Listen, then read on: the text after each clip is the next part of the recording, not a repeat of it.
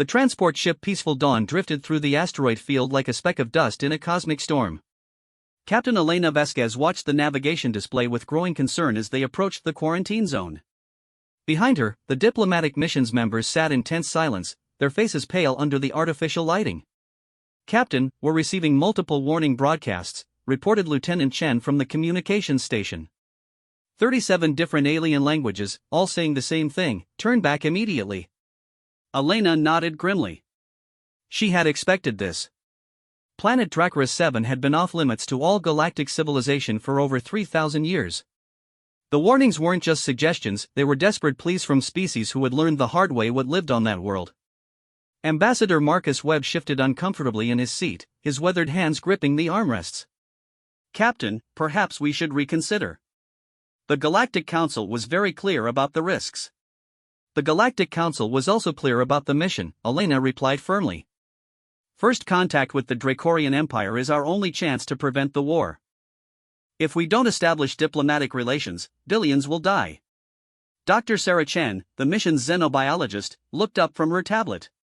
"The data we have on the Dracorians is mostly legend and second-hand accounts. What we do know is terrifying. They're described as massive, fire-breathing creatures with scales that can deflect plasma weapons. Their homeworld is a volcanic nightmare that would kill most species within minutes.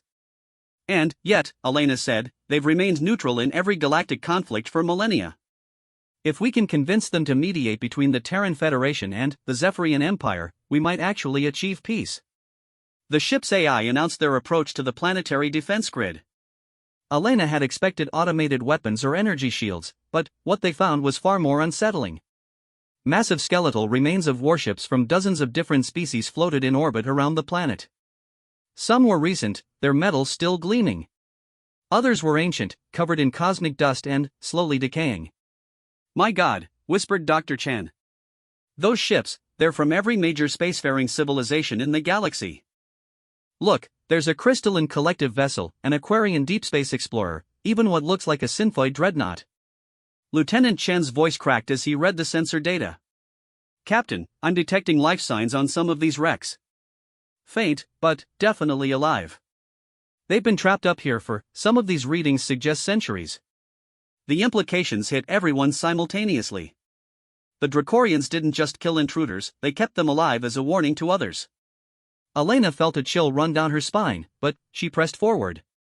The fate of two civilizations hung in the balance. As they descended through the planet's atmosphere, the landscape revealed itself in all its hostile glory. Massive volcanoes spewed molten rock into the ash-filled sky.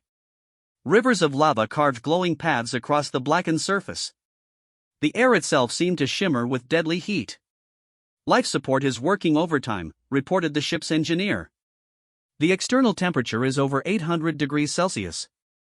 The atmospheric pressure would crush most species, and the sulfur content is toxic to 90% of known life forms." But Elena's 7-year-old daughter, Maya, pressed her face against the observation window with wonder rather than fear. The child had been born on a research station in deep space and had spent her life traveling between worlds. To her, this was just another adventure. "Look, Mama!" Maya exclaimed, pointing at something moving in the distance. "The mountains are dancing."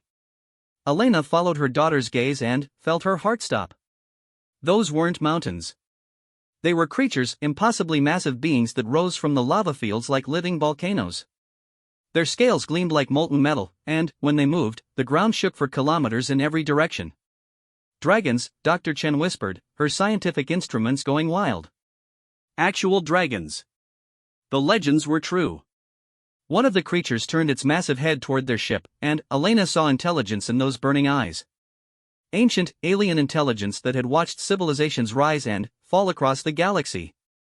The dragon's mouth opened slightly, revealing teeth the size of starship hulls, and a sound emerged that was felt rather than heard, a deep rumble that resonated through the ship's hull and into the bones of everyone aboard.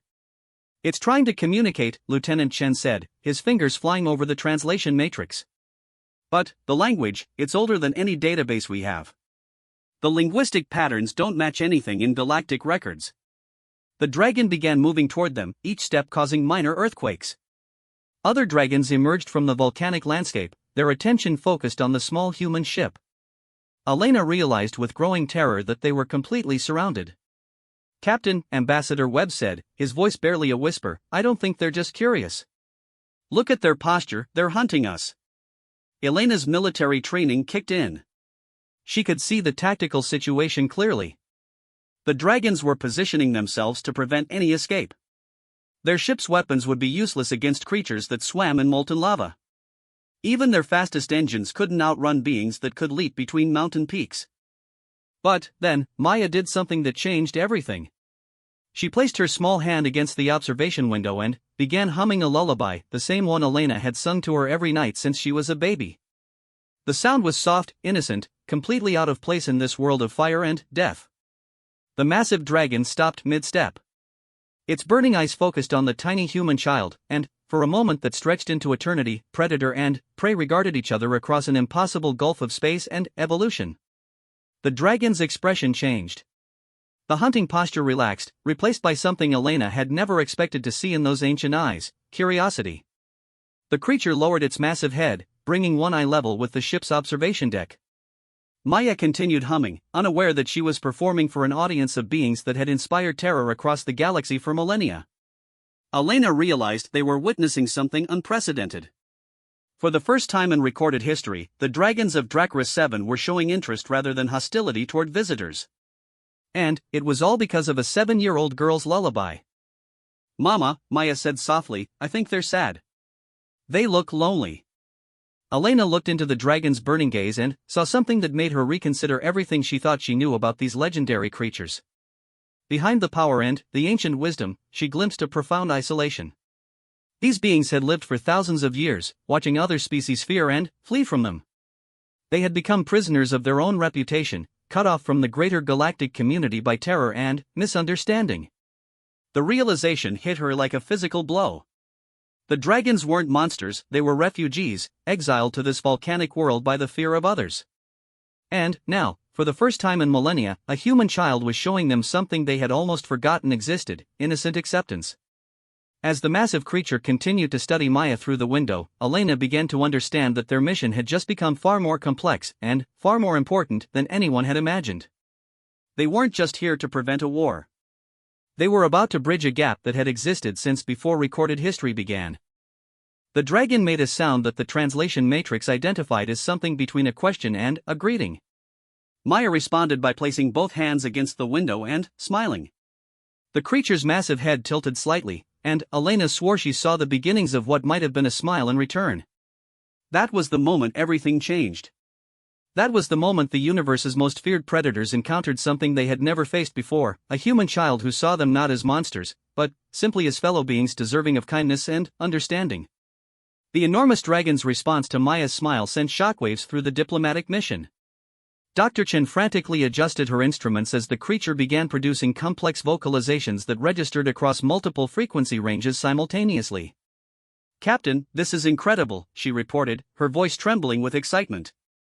"The dragon isn't just making sounds, it's generating a sophisticated harmonic pattern. These frequencies are mathematical progressions, like it's trying to establish a basis for mathematical communication." Elena watched as more dragons emerged from the volcanic landscape, all moving toward their ship with careful, deliberate steps.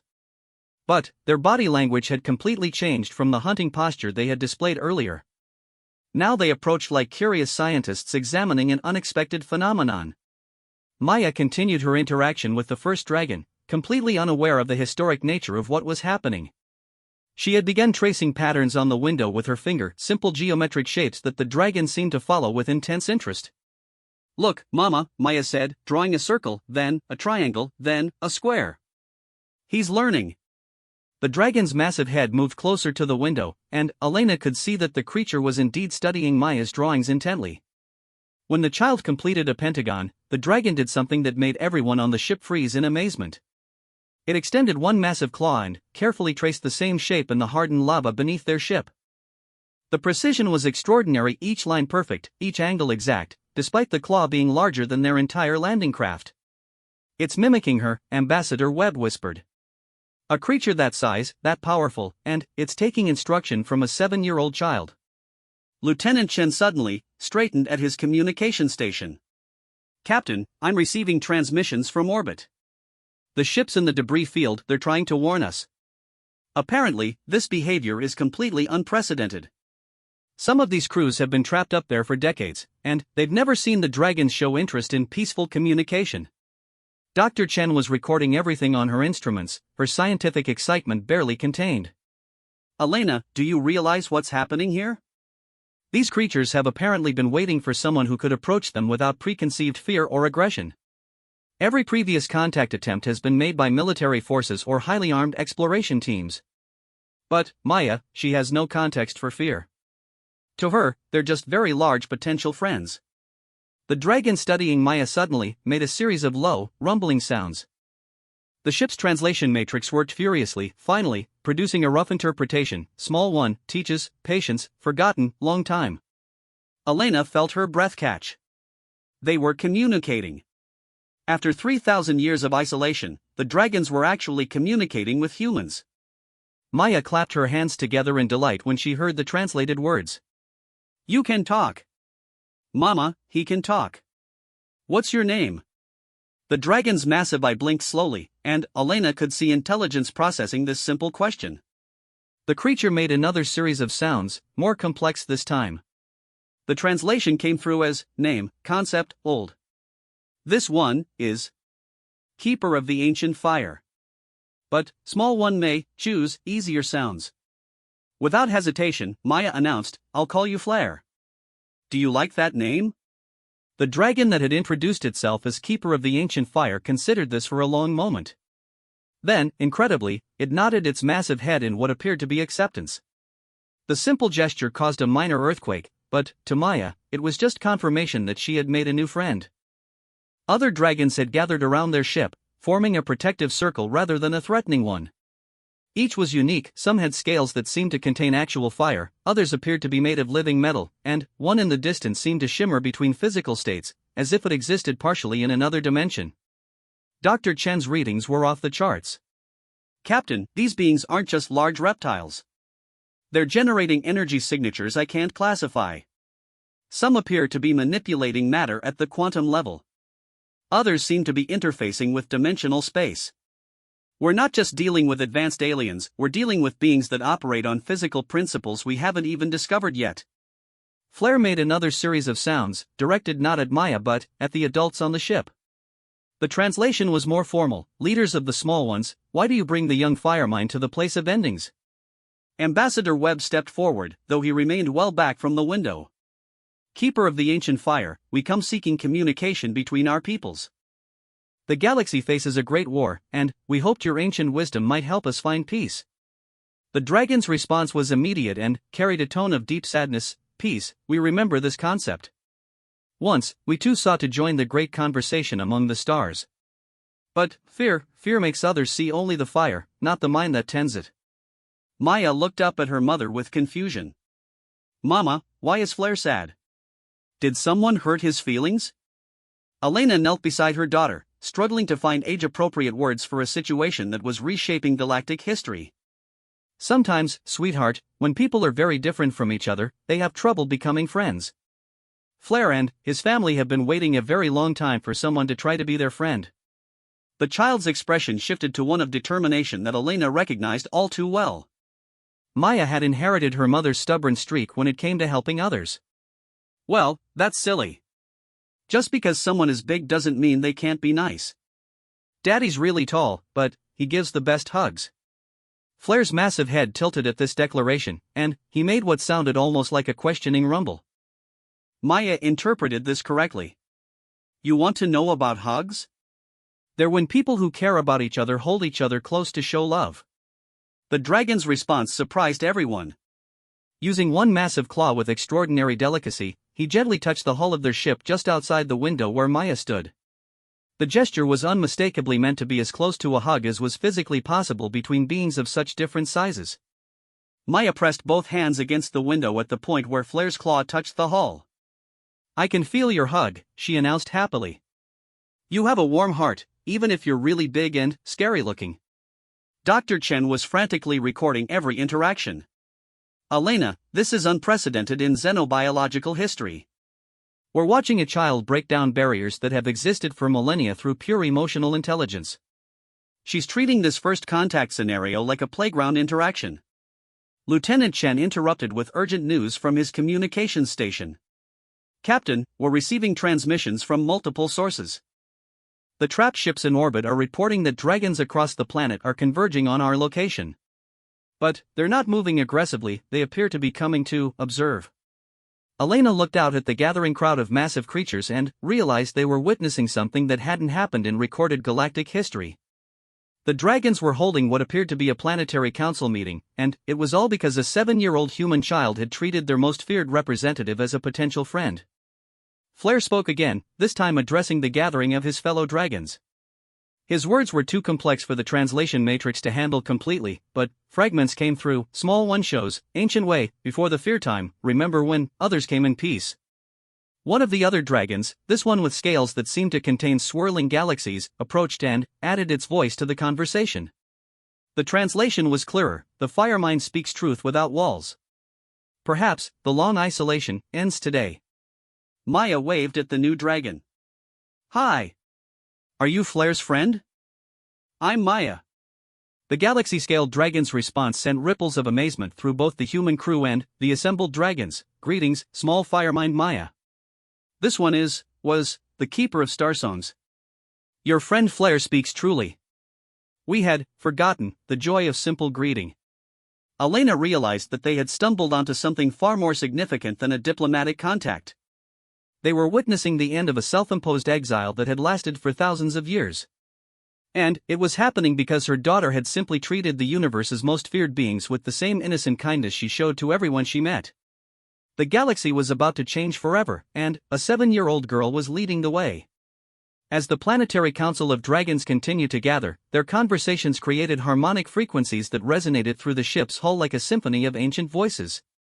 Maya had settled into what appeared to be a comfortable routine of drawing pictures on the window for Flair, who carefully replicated each image in the volcanic sand below with his massive claws.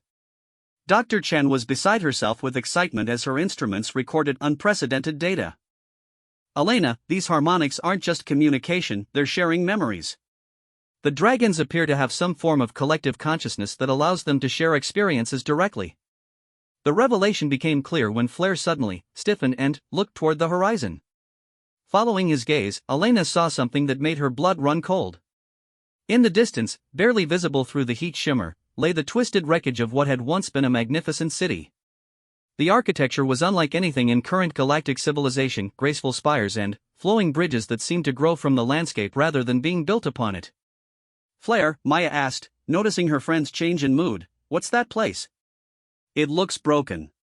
The massive dragon's response came loaded with centuries of pain, that was home. Before the fear time. Before the galaxy decided we were too dangerous to exist among others. Ambassador Webb leaned forward intently. This was the historical context they desperately needed. Keeper of the ancient fire, would you share that history with us? We have come in peace, seeking understanding. What followed was a story that reframed everything the galaxy thought it knew about the dragons of Dracarys 7. Through a combination of harmonic communication and crude translation, Flair began to share memories that were older than most civilizations. Long ago, before the Great Fear, we lived among the stars as others do now. Our cities flew between worlds. We were teachers, builders, healers. Our fire was not weapon but tool. We could forge matter at the quantum level, create life-supporting atmospheres around dead worlds, even repair the fabric of space itself when cosmic disasters threatened other species. Dr. Chen's instruments confirmed that Flair was somehow sharing visual memories along with his words.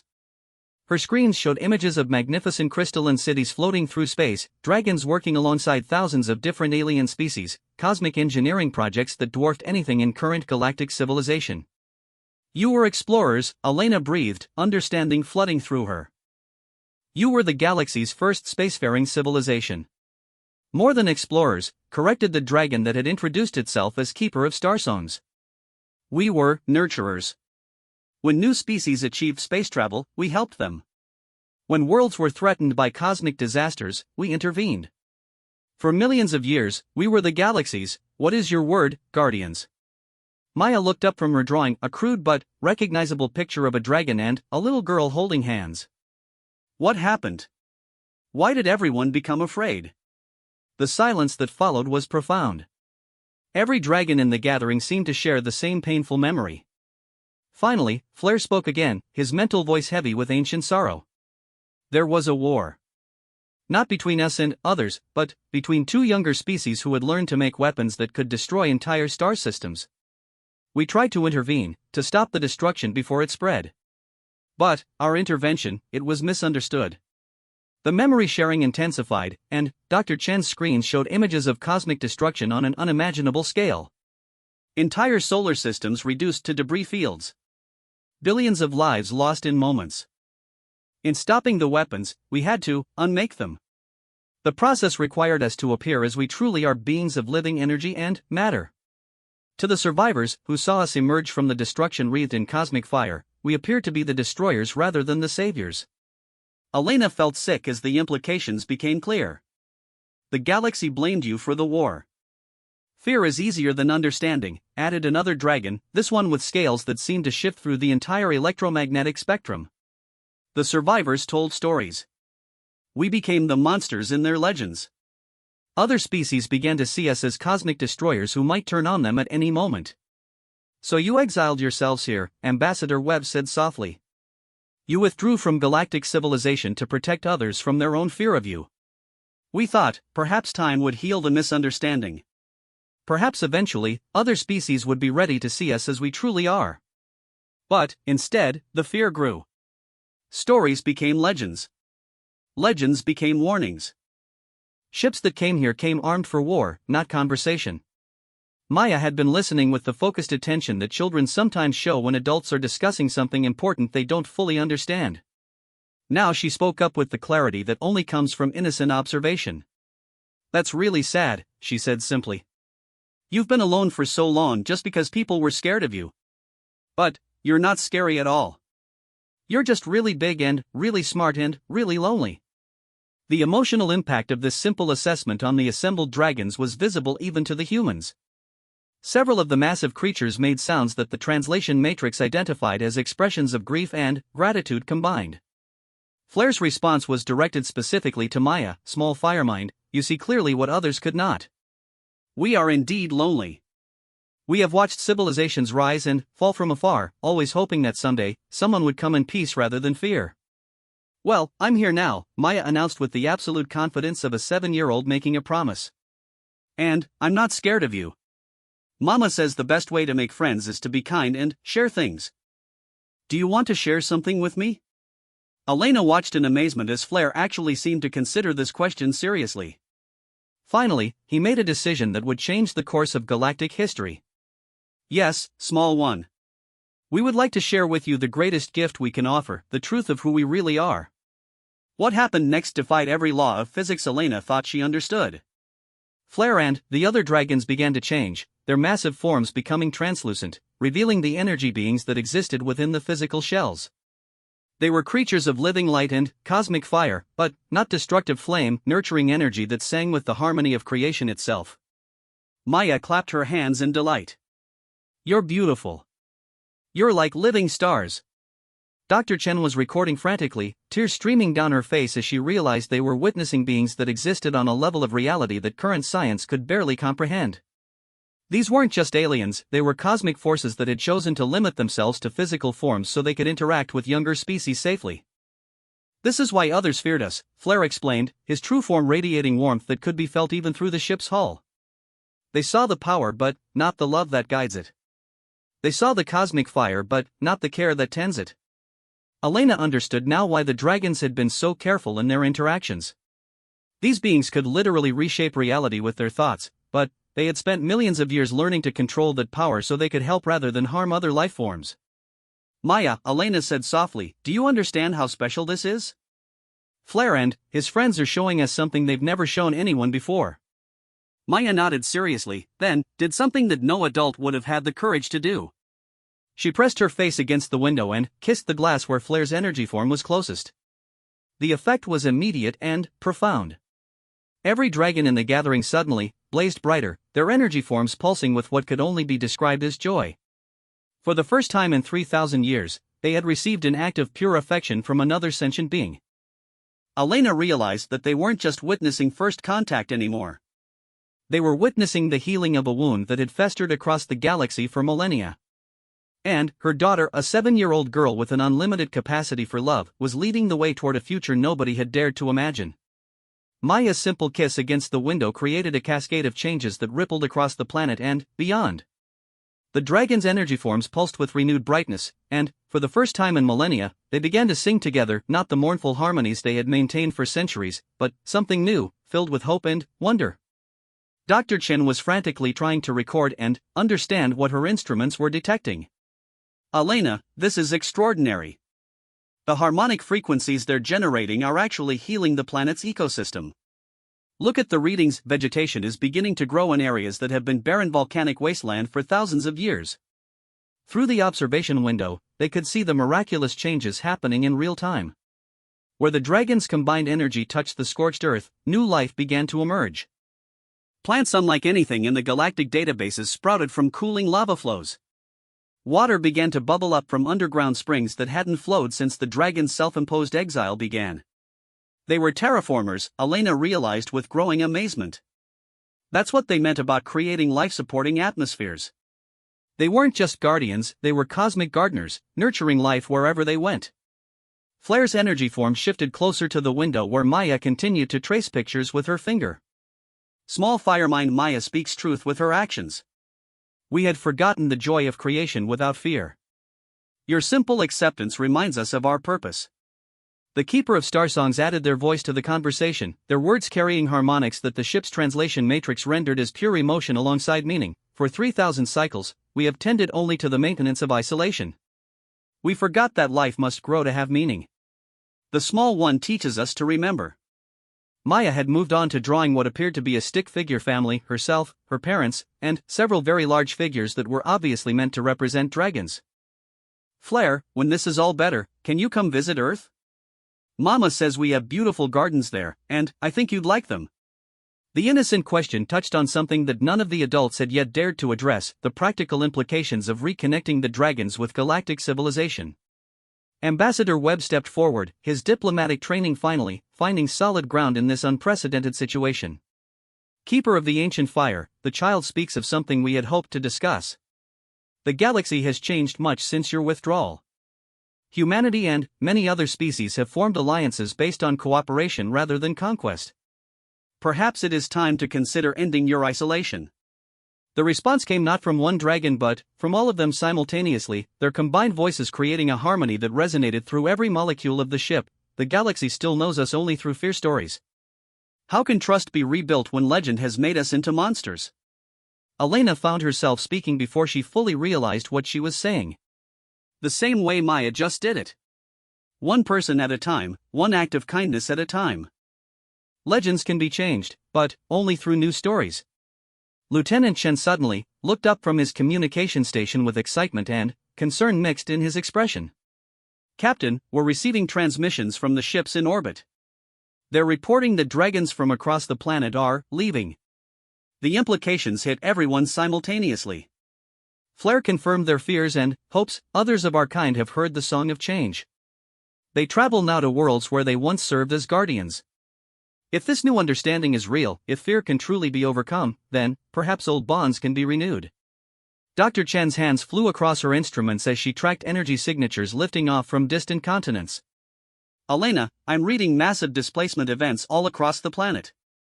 Hundreds of dragons are taking flight. If they're heading for inhabited worlds, it could start a panic," Ambassador Webb finished grimly. "Or worse, it could trigger the very war we came here to prevent." Maya looked up from her drawings with the uncomplicated logic of childhood. "Why don't we just call everyone and tell them the dragons are nice? Like when I make a new friend at school and want to introduce them to my other friends." Elena stared at her daughter, then at the assembled dragons, then at her crew. The solution was so simple it was brilliant. Maya's right. We need to make introductions. Flair, would you and your people be willing to help us contact the galactic governments? If we can arrange proper diplomatic meetings instead of surprise visits. The small firemind suggests wisdom, agreed the Keeper of Starsongs. Perhaps our first act of renewed guardianship should be to protect others from their fear of us. Lieutenant Chen was already working at his communication station. I can patch us through to Earth Command, the Galactic Council, even the Zephyrian Empire and their allies. But, Captain, how do we explain this? How do we make them understand? We show them what Maya showed us, Elena replied with growing confidence. We show them the truth. What followed was the most extraordinary diplomatic session in galactic history. Using the ship's communication array boosted by the Dragon's energy manipulation, they established contact with every major civilization in the galaxy simultaneously. Elena found herself serving as translator and intermediary between her daughter and cosmic beings while addressing the leaders of hundreds of worlds. Leaders of the galactic community, Elena began, I am Captain Elena Vasquez of the Terran Federation ship Peaceful Dawn. We are calling from the planet Dracris 7 with news that will change everything you think you know about the beings you call dragons. The initial response was predictable chaos. Warnings, accusations, demands to know if they were under duress. But, then, Flair spoke directly into the communication array, his words transmitted across space to every listening world. People of the stars, we are the ones your legends have named as destroyers. But, legends lie. We come to you now not in conquest, but in hope that old wounds may finally heal. Maya, oblivious to the historic nature of the moment, leaned toward the communication pickup and added, Hi everyone. The dragons are really nice, and they want to be friends. They've been really lonely, and I think we should all be nicer to each other. The silence that followed was profound. Then, from Earth Command, came a voice Elena recognized as Admiral Santos, her former commanding officer. Elena, please tell me you haven't been taken hostage by cosmic monsters and forced to broadcast propaganda. No sir, Elena replied with a smile in her voice. I've been adopted by my daughter as a translator while she conducts the most important diplomatic mission in galactic history. Admiral, the dragons aren't monsters.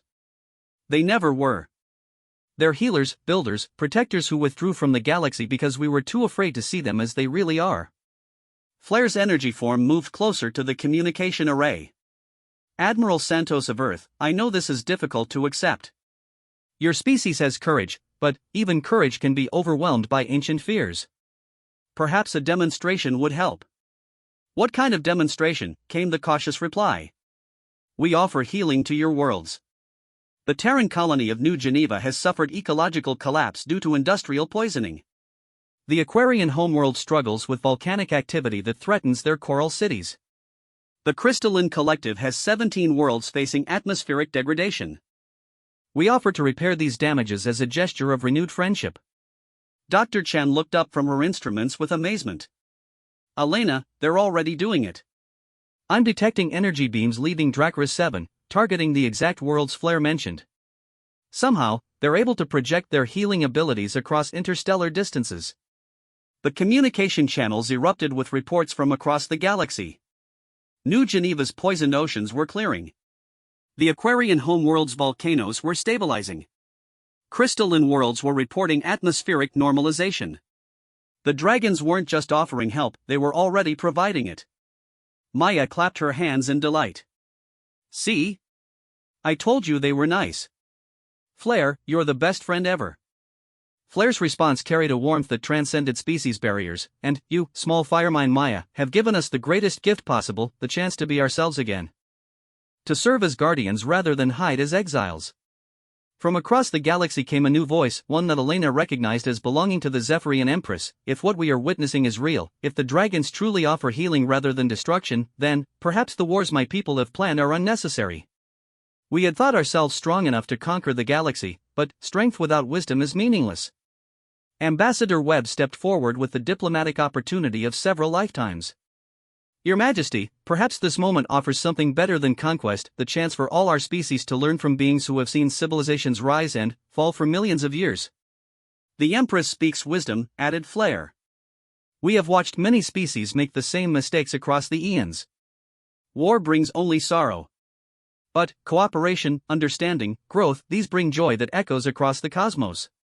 Maya looked around at all the adults talking so seriously and made an announcement that would be quoted in history books for millennia to come. I think everyone just needed a hug and someone to tell them they're special. Maybe if we all tried being nicer to each other, we could have more friends and fewer scary stories. In the profound silence that followed, Elena realized that her 7-year-old daughter had just articulated the solution to thousands of years of galactic conflict with the simple clarity that only comes from genuine innocence and unlimited love. The universe was about to become a much more interesting place. The Aquarian representative bubbled with excitement. Our deep-sea rescue units could certainly benefit from dragons who can function in any environment. And our younglings would love to learn from beings who have seen the ocean worlds of 1,000 different systems. Elena watched as Maya unconsciously orchestrated what was essentially a galaxy-wide social integration program using the logic of childhood friendship. The various leaders began volunteering their organizations for cooperative projects, each eager to be part of what was clearly becoming the most successful diplomatic initiative in galactic history. After the leaders signed off to begin implementing Maya's suggestions, Elena found herself alone with her daughter and Flair's energy projection. The cosmic being's attention was focused entirely on Maya, who was drawing another picture, this one showing dragons and various alien species all holding hands around what appeared to be a star. "Small firemind Maya," Flair said softly, "we have a question for you." Maya looked up from her drawing. "What is it?" "You have given us back our purpose as guardians and healers.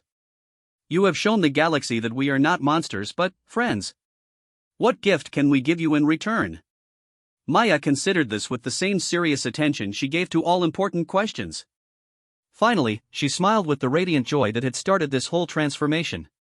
"You already gave me the best gift ever," she announced. "You let me be your friend. That's all I ever wanted." Elena felt tears sting her eyes as she watched Flair's energy form pulse with what could only be described as pure love and gratitude. Around the galaxy, on hundreds of worlds, dragons and other species were learning to work together, to trust each other, to build something better than any of them could achieve alone. All because a 7-year-old girl had seen past fear to the loneliness beneath it, and had responded with the most powerful force in the universe: unconditional love and acceptance. As Maya returned to her drawing, adding more figures around the star until it looked like the entire galaxy was holding hands, Elena realized that her daughter had taught them all the most important lesson of all, that the universe's greatest monsters are often just its loneliest children, waiting for someone brave enough to offer friendship instead of fear. The galaxy would never be the same. And that was exactly as it should be. Years later, when Maya was grown and serving as the Galactic Alliance's first Director of Interspecies Understanding, she would still keep that first drawing on her office wall. Visitors from across the galaxy would see it and remember the day when the universe's deadliest dragons learned that sometimes the greatest courage comes in the smallest packages, and the most powerful magic is simply treating others with kindness. But Maya herself never forgot the real lesson of that day, that the universe is full of friends we haven't met yet, and all it takes to change everything is someone willing to say hello with an open heart and see the person beneath the scary exterior.